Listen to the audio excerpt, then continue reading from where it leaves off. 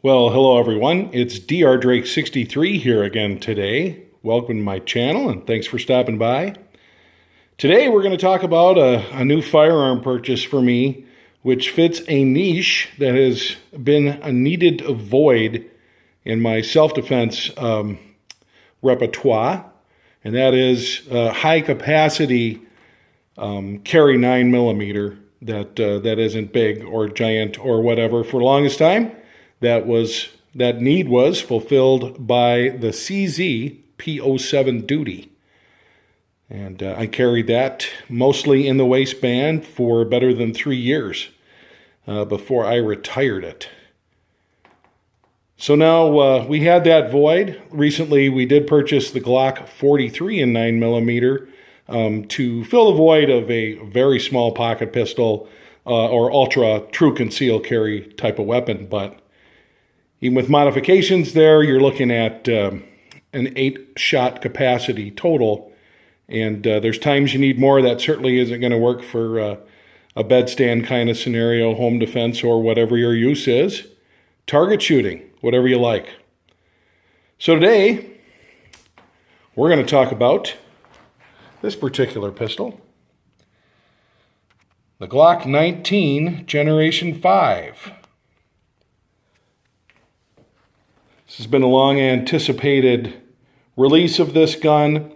In specific, the FBI is reportedly using this particular pistol.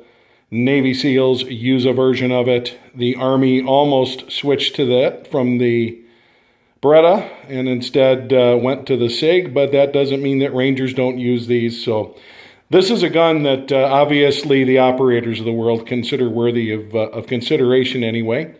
And so looking forward to talking to you about it and pointing out the differences. Stay tuned. Okay, leading off, obviously we're working with an empty chamber here. Going to talk about the main differences that we see in this particular firearm versus its predecessor. One of the most obvious here is you can see a flared mag well. Kind of see it a little bit more from the side. This is a flared mag well. So very much like you see on competition 1911s and things of that nature, it's meant to get the magazine in quicker with less resistance.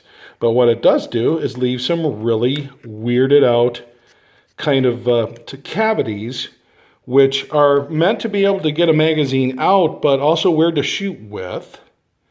So what we did was put what's called a pierce grip onto the base plate. And this fits various size Glocks. And what does that look like? Basically, you see this plate has a notch better suited to fit into the mag well. And you can kind of see how that matches up down there with that little U shape, okay? Now, imagine same scenario. This is how the magazines come from Glock with just a flat base plate. Imagine that same scenario now, and you look, and what do you have? You have all that space, which is meant to give you access to get it out quick. Fine and dandy, but it's a void area that when you're shooting it isn't going to be very comfortable. And it's probably a solution to a problem that doesn't exist. Even with an empty Glock magazine, they come out and they go in without a lot of problem. But, you know, you are talking about the difference here where now with this particular scenario, I showed you that gap.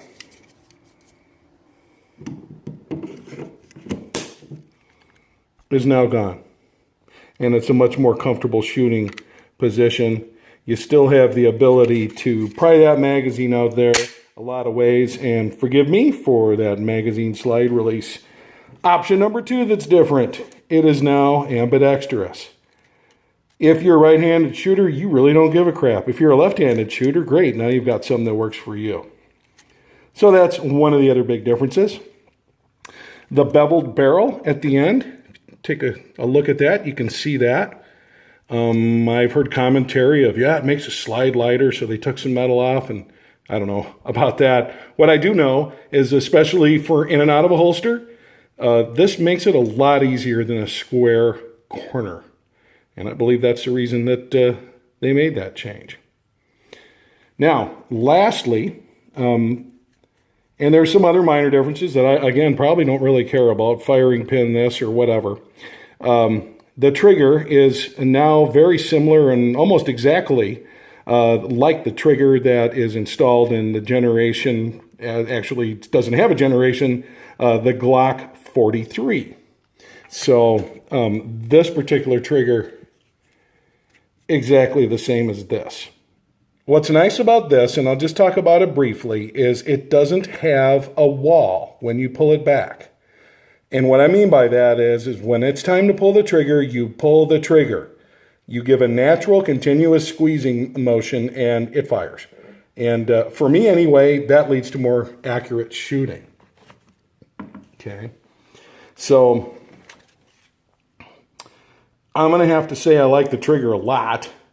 I also like the lack of the finger grooves that you found in the Generation 4. I totally don't like that at all, and will not own a Glock with finger grooves. That's just me. So here you have 15 round plus 1 in the pipe. Okay, guys, as you can see, the magazine release is here. Pretty standard. It's big and it's square. It is not ambidextrous. As I mentioned, the slide release is, so this can basically be worked from either side, and there you go. I mentioned the trigger, how it's a continual pull. It doesn't really have a wall. You just keep on pulling. And then the reset is right about there. And you just pull. It's very intuitive. I like it a lot. It's very easy to stay on target. Show you that one more time. I've got my finger depressed. I'm going to cock the slide. Okay.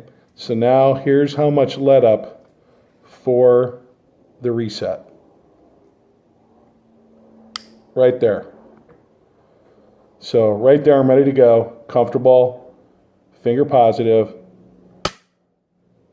and it goes right off. So you have that.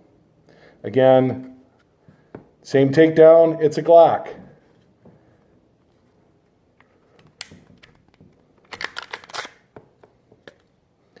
Everything about this is a Glock. I'm not even going to take it apart. It looks like every other Glock. The double capture spring, I love it. I love it, I love it, I love it. Works very well. I was shooting plus P ammo out of this at the range and was very, very impressed.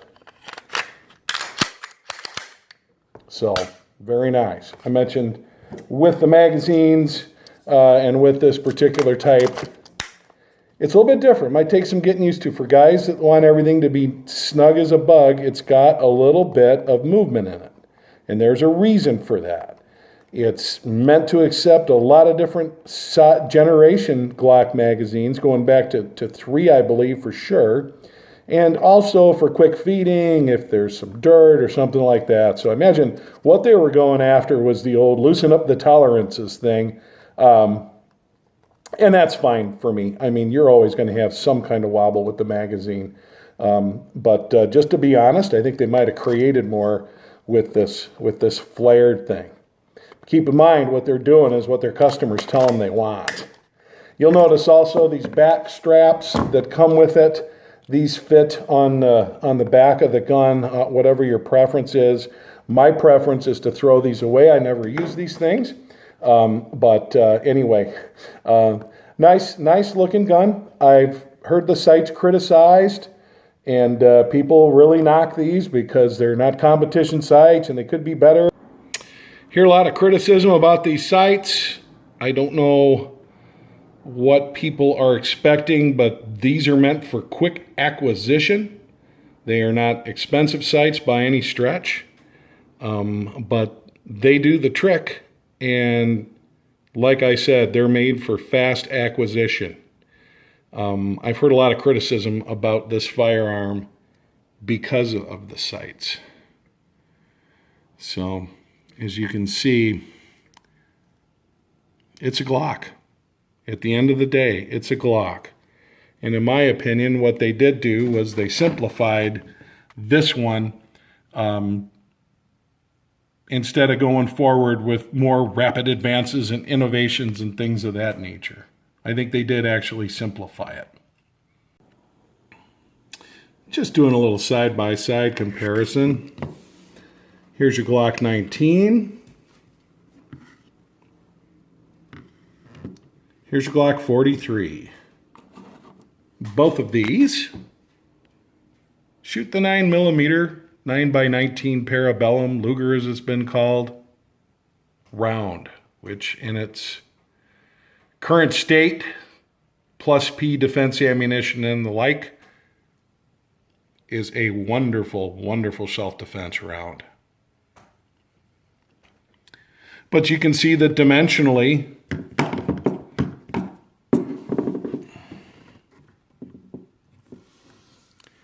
you've got what basically amounts to about a 1/2 inch to 3/4 additional length.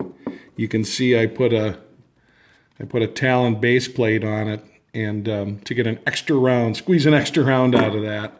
So it's a little bit taller than it might have been. So, but we're looking at about a 1/2 inch or less difference in height. You'll notice a lot more difference though in terms of the length of the overall dimension. And then what's real interesting is when you look at these guys from a width standpoint. Get them up a little closer. And you can see just how much thinner this single stack 43 is than its double stack big brother.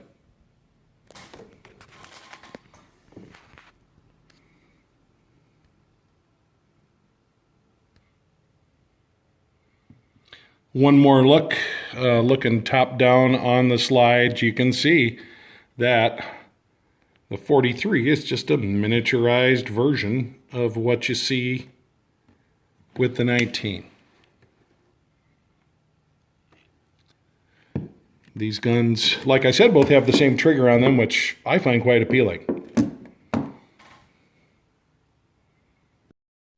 Unfortunately, the camera ran out of batteries at the range, so I wasn't able to get action of shooting today, but as you can see, a couple groups here taking our time nice and tight. Here's some rapid fire drills that I like to do with a new firearm. And as you can see, you want to take your time. Here at 21 feet, 7 yards, you could shoot the same hole if you wanted to. Great shooting gun. I'm very impressed with it all the way around and have to say it's a favorite already. Just a few final thoughts on this Glock 19 Generation 5. I can't honestly say it's better than 4 or 3 or 2 or 1. If you put a blindfold on, you probably couldn't tell the difference between them. The reason I got the 5 is because I wanted a new Glock, and that's the newest Glock, and it is a simplified version. So I've seen a lot of reviews on the various gun channels, though, from folks that are kind of disappointed. They were looking for something more out of this, and at the end of the day, I think maybe Glock has reached perfection, and what I mean by that is there's really only so much more changing they can do before somebody's going to say, look, that's not a Glock anymore, or that's not really much of a change. And I think that's what we see the most. The changes from the generations are so subtle. And but what it does always do is it always goes bang. It's a reliable platform. There's always accessories available for it. And I'm choosing it for my next generation carry weapon high capacity class for one simple reason, and it's because I know it's going to work.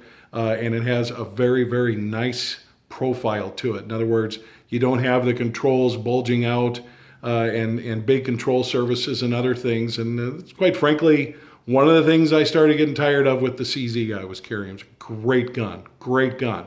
But we're talking about the epitome here, at least in my opinion right now, for a carry gun in that particular situation. So am I a Glock fanboy now? I don't know, but obviously I'm impressed with the platform, and I think there's a reason why the United States, the FBI, the military services have either adopted or have considered this firearm. It's because it's known for reliability, and it's got a nice combination of size, weight, capacity, accuracy, and all other factors. So if you're looking for a handgun that's no frills, no BS, especially something that you want to, sometimes you're going to conceal, but not always, something that is going to work just as well as a nightstand gun, as well as in the waistband, you will not go wrong with the Glock 19, Generation 5, 4, 3, or whichever one you happen to get. Thanks again for watching today. As always, this is Dr. Drake 63 signing off. Thanks, guys.